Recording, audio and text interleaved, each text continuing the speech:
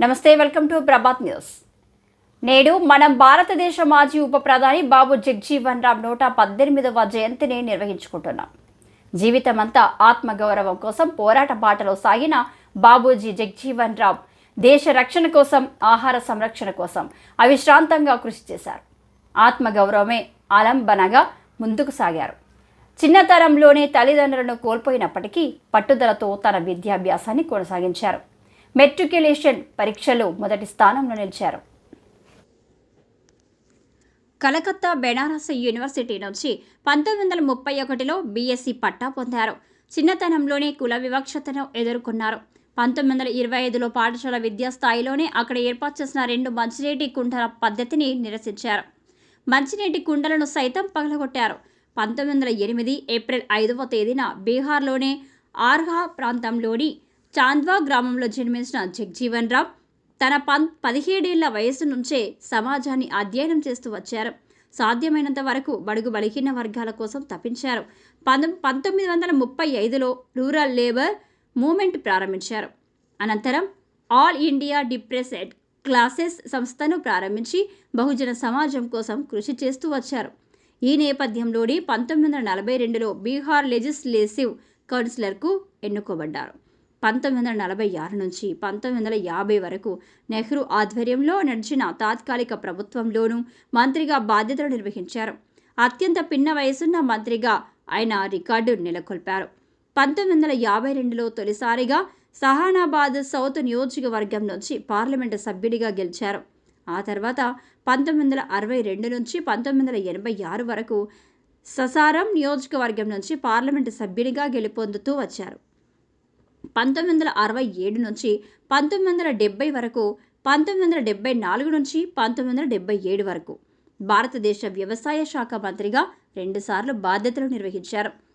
1970 నుంచి 1974 వరకు, 1977 నుంచి 1979 వరకు దేశ రక్షణ శాఖ మంత్రిగా అత్యంత సమర్థవంతంగా బాధ్యతలు నిర్వహించారు. రక్షణ శాఖ మంత్రిగా చైనాతోనూ పాకిస్తాన్తోనూ జరిగిన యుద్ధంలో విజయ సాధన దిశగా పనిచేశారు. పాకిస్తాన్ నుంచి బంగ్లాదేశ్ని విడగొట్టి ప్రత్యేక దేశంగా ఏర్పాటు చేయడంలో కీలక భూమిక పోషించారు. వ్యవసాయ శాఖ మంత్రిగా హరిత విప్లవాన్ని ప్రారంభించి భారతదేశ ఆహార సంక్షోభం నుంచి కాపాడారు. ఈ ప్రయత్నాల్లో భాగంగా దేశవ్యాప్తంగా ఆహార గోడౌన్లను స్థాపించారు. భవిష్యత్ తరాన్ని ఆహార సంక్షోభం నుంచి గట్టెక్కించారు. ఎఫ్సిఐ గోడౌన్లను నేటికి కొనసాగుతున్నాయంటే జగ్జీవన్ రామ్ ముందు చూపు అనే చెప్పాలి. 1946 నుంచి 1977 వరకు 30 సంవత్సరాల పాటు కాంగ్రెస్ పార్టీలో కొనసాగారు. తనకు అప్పజెప్పిన బాధ్యతలను అత్యంత సమర్థవంతంగా నిర్వహించారు.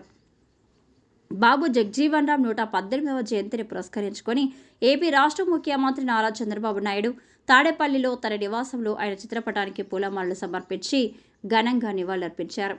ముప్పాల గ్రామంలో ఒక పేద దళిత కుటుంబం ఇంటికి వెళ్లి వారి మంచి చెడ్డలు వివరించారు.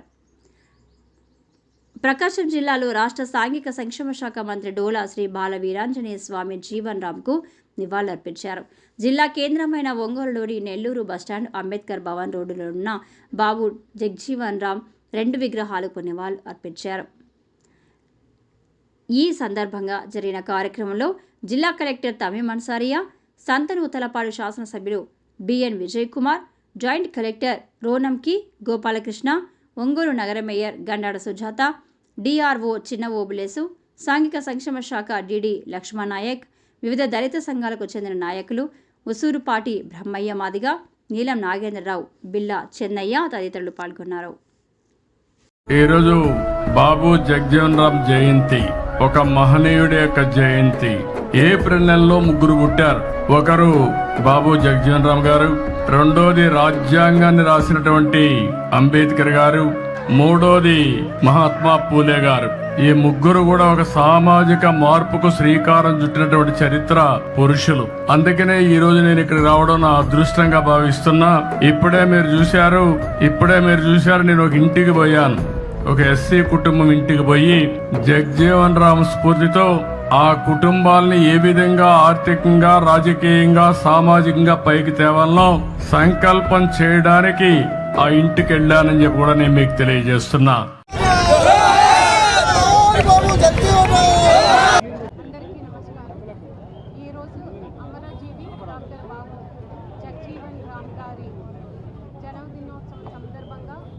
ఓల్డ్ టౌన్లో ఆయన విగ్రహానికి ఘనంగా నివాళి అర్పించడం జరిగింది. ఆయన బీహార్లో జన్మించి చిన్నప్పుడే కుల వివక్ష ప్రాబ్లంని ఎదుర్కొన్నప్పటికీ ధైర్యంగా నిలబడి సామాజిక న్యాయం కోసం ఆయన పోరాడి, అదేవిధంగా రాష్ట్ర అభివృద్ధిలో అగ్రికల్చర్ మినిస్టర్గా, డిఫెన్స్ మినిస్టర్గా రాష్ట్రం కోసం, మన దేశం కోసం ఎన్నో సేవలు చేశారు. ఆయన చేసిన మంచి పని, ఆయన చేసిన త్యాగాన్ని ఈరోజు మనం ప్రతి ఒక్కరూ కూడా స్మరించుకుంటున్నాము. ఆయన జీవితాన్ని మనం ప్రతి ఒక్కరూ కూడా స్ఫూర్తిగా తీసుకుని సమాజంలో సోషల్ జస్టిస్ కోసం, సోషల్ ఈక్వాలిటీ కోసం ప్రతి ఒక్కరూ కూడా పనిచేయాల్సిన అవసరం ఉంది. దానికి మనం ప్రతి ఒక్కరం కూడా సంకల్పం తీసుకోవాలని కోరుతూ సెలవు తీసుకుంటున్నాను. ధన్యవాదాలు. డాక్టర్ బాబు జగజీవన్ రామ్ గారి జయంతి సందర్భంగా ఈరోజు ఒంగోలు హెడ్ క్వార్టర్స్లో కలెక్టర్ అండ్ డిస్ట్రిక్ట్ మేజిస్ట్రేట్ ఇతర నాయకులందరూ ఆయన ఘన నివాళులు అర్పించాము. బాబు డాక్టర్ జగజీవన్ రామ్ గారు ఒక దళిత లీడరే కాకుండా ఆయన ఒక దేశ లీడరు.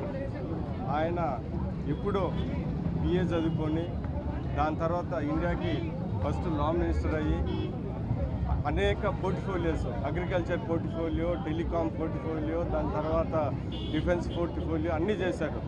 ఆయన చాలా సమర్థంగా ఒక మంత్రి పదవిని అనుభవించాడు. ఆయన చేసిన ప్రతి శాఖలో దేశ అభివృద్ధికి, మరీ ముఖ్యంగా దళిత అభివృద్ధి చూపించాడు. ఈరోజు టెలికాం సెక్టర్లో కానీ ఎస్సీలో రిజర్వేషన్స్ చాలామంది ఉద్యోగాలు వచ్చినా కానీ, ఆ రోజు అగ్రికల్చర్ మినిస్టర్గా ఫుడ్ సెక్యూరిటీని మన దేశానికి తీసుకొని వచ్చినా కానీ ఆయన మన దేశంలో ప్రాముఖ్యమైన ఒక లీడర్ ఆయన అనేది మనం గుర్తించాలా. ఆయన దళిత లీడరే కాదు, దేశానికే ఒక ప్రాముఖ్యమైన లీడర్ అని సందర్భం తెలియజేస్తూ ఆయన స్ఫూర్తితో ప్రతి ఒక్కరు ముందుకెళ్లాలని మరీ కోరుకుంటూ సెలవు తీసుకుంటున్నాను. నమస్కారం. అందరికీ నమస్కారం. ఈరోజు స్వర్గీయ బాబు కీర్తిశేషులు బాబు జగజీవన్ రామ్ గారి యొక్క జయంతి సందర్భంగా మరి గౌరవనీయులు కలెక్టర్ గారు, అలాగే గౌరవ శాసనసభ్యులు, అలాగే డిప్యూటీ కలెక్టర్ జేసీ గారు అందరూ కూడా ఇక్కడ మన యొక్క జిల్లా కార్యక్రమంగా చేస్తూ వారికి ఘనంగా నివాళులు అర్పించడం జరిగింది. అయితే వారు సుదీర్ఘంగా అతి చిన్న వయసులో రాజకీయాలకు రావడం, దాదాపుగా 30 సంవత్సరాల రాజకీయ జీవితంలో అనేక పదవులను అధిరోహించి అన్ని పదవులకి కూడా న్యాయం చేసిన ఏకైక నాయకుడిగా బాబు జగజీవన్ రామ్ గారి గురించి చెప్పుకోవచ్చు. మొట్టమొదటిసారిగా ఆయన 1977లో రక్షణ మంత్రిగా ఉండేటప్పుడు ఇండో పాకిస్తాన్ యుద్ధం సమయంలో కూడా వారు చాలా బాగా పనిచేశారని మంచి పేరు తెచ్చుకున్నారు. అలాగే వ్యవసాయ నీటిపారుదల శాఖ మినిస్టర్గా ఉండేటప్పుడైతే అనేక సంస్కరణలు వ్యవసాయంలో తీసుకురావడం, అలాగే ప్రజలందరికీ కూడా అందుబాటులో అన్ని రకాల కార్మిక మినిస్టర్గా ఉండేటప్పుడు కూడా అనేక రకాల సంస్కరణలు తీసుకురావడం అని వారికి మంచి పేరు తీసుకురావడం జరిగిందండి.